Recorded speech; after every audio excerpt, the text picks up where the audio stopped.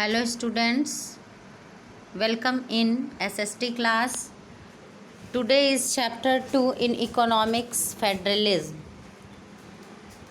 Students, it is the overview of this chapter after reading power sharing. In power sharing we have read vertical division of power among different level of government. Okay, and in this chapter federalism we will also read power sharing. It is also most commonly referred to as federalism. Okay, federalism की meaning होती है संघवाद. Okay, किस प्रकार से हमारे सरकार ने अपने अंगों में अपने शक्ति का विभाजन किया है, that is given in this chapter also. Students, it is most commonly regarded as federalism. Government is one of the major form of power sharing modern democracies we will see in this chapter. And what is federalism? The definition of federalism is that you can write down it also. Federalism is a system of government in which the power is divided between a central authority and various constituent units of the country. Okay, it is the federalism. इसका मतलब ये होता है students कि government का जो power है उसको उसने किस में डिवाइड किया है. मेन टू हैं इसमें. एक तो सेंट्रल अथॉरिटी है और दूसरी है स्टेट वाइज. जैसे कि कॉन्स्टिट्यूएंट यूनिट्स बने हुए हैं, जैसे कि इलेक्शन होता है तो हमारे यहाँ जो यूनिट्स बनाए गए हैं कॉन्स्टिट्यूएंसीज़, तो उन सब में भी अपना अपना पावर होता है. Okay, that will be read under to federalism.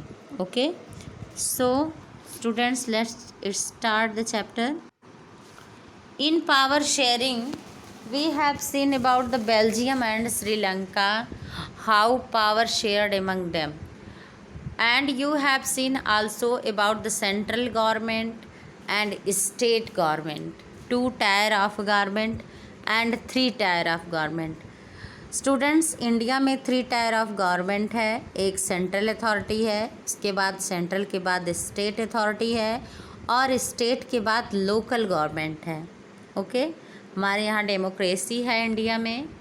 But in Sri Lanka we saw in last chapter power sharing you recall that about the constitutions Belgium was to reduce the power of the central government and to give that powers the regional government. वहाँ पे प्रांत wise दिया, central authority का power नहीं है.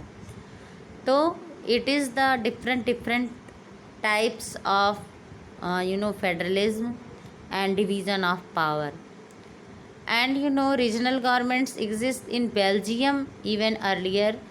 They had also their roles of power, but all these power were given to their governments and could be withdrawn by the central government. Belgium में central government में है. Okay, and the change that took place in 1993, वहाँ पे change हुआ है, was the regional government were given constitutional power that were no longer depend on the central government. Okay, means यहाँ पे क्या हुआ है, exact balance of power between central and state government. Okay, तो यहाँ पे in the first type state come together on their own और from a bigger unit. जैसे कि सब जगह पे स्टेट में भी अपनी अथॉरिटी है. कमिंग टुगेदर फेडरेशन उसको बोलते हैं. Okay, and next in the second type of central government tends to be more powerful the state. कहीं कहीं पे सेंट्रल गवर्नमेंट ज़्यादा पावरफुल है स्टेट गवर्नमेंट से, जैसे अपने यहाँ है इंडिया में. Here a large country decide to divide its power between the constituent state and the national government.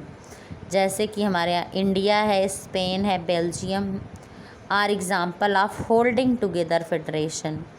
यहाँ पे होल्डिंग टुगेदर फेडरेशन है. ओके, एंड कहीं कहीं पे यूनिटरी गवर्नमेंट ही है. So we will see that topic. We have to read it. Okay. In this page given about it, two more levels of government given here. You can see. And students, I am going to explain you federal system versus unitary system. Okay, the levels of federal governments enjoy their power independent of each other.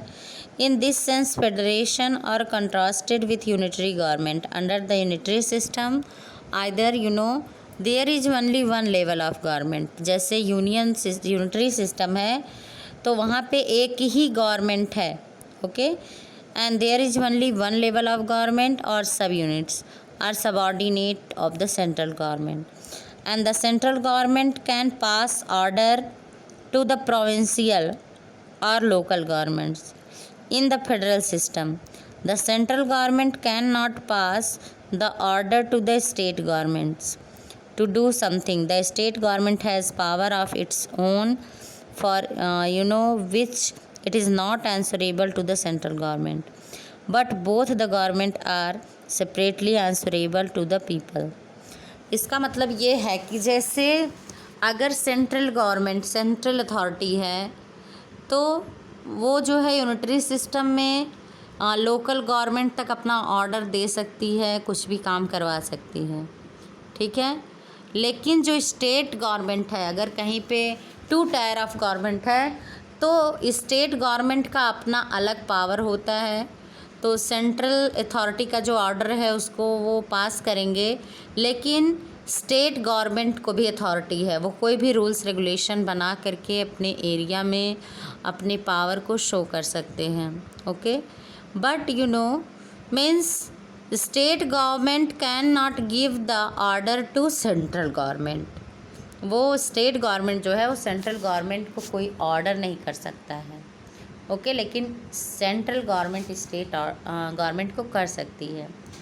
और उसके बाद 3 tyres है तो तीसरा आता है local government. Local government भी अपने आप में अथॉरिटी है, उनकी रिस्पॉन्सिबिलिटी है, रूल्स रेगुलेशंस हैं, वो अपने एरिया में शांति व्यवस्था, पीसफुलनेस, फैसिलिटीज़ सब कुछ प्रोवाइड करते हैं. Okay, that is the federalism. इस तरह से जो पावर शेयर होता है वो फेडरलिज्म कहलाता है. Okay students, next topic is what makes India a federal country. Okay, means how India known as the federal country. We know that after independence, after the bloody partition of India and Pakistan, India become federal country, and India having democratic of government in India.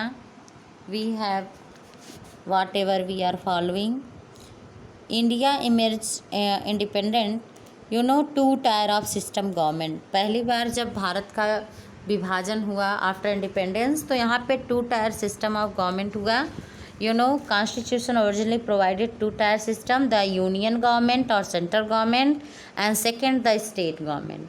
Okay, but after the establishment of Panchayati Raj and municipality, here also become 3 tier of system of government, और 3rd tier को बोला गया local government. Okay, the constitution clearly provided 3-fold distribution of legislative powers between the union government and state government. Okay, and union, state and local government. Okay student, you have to read today about this, and next day I will discuss next topic. So thank you class, thanks everyone.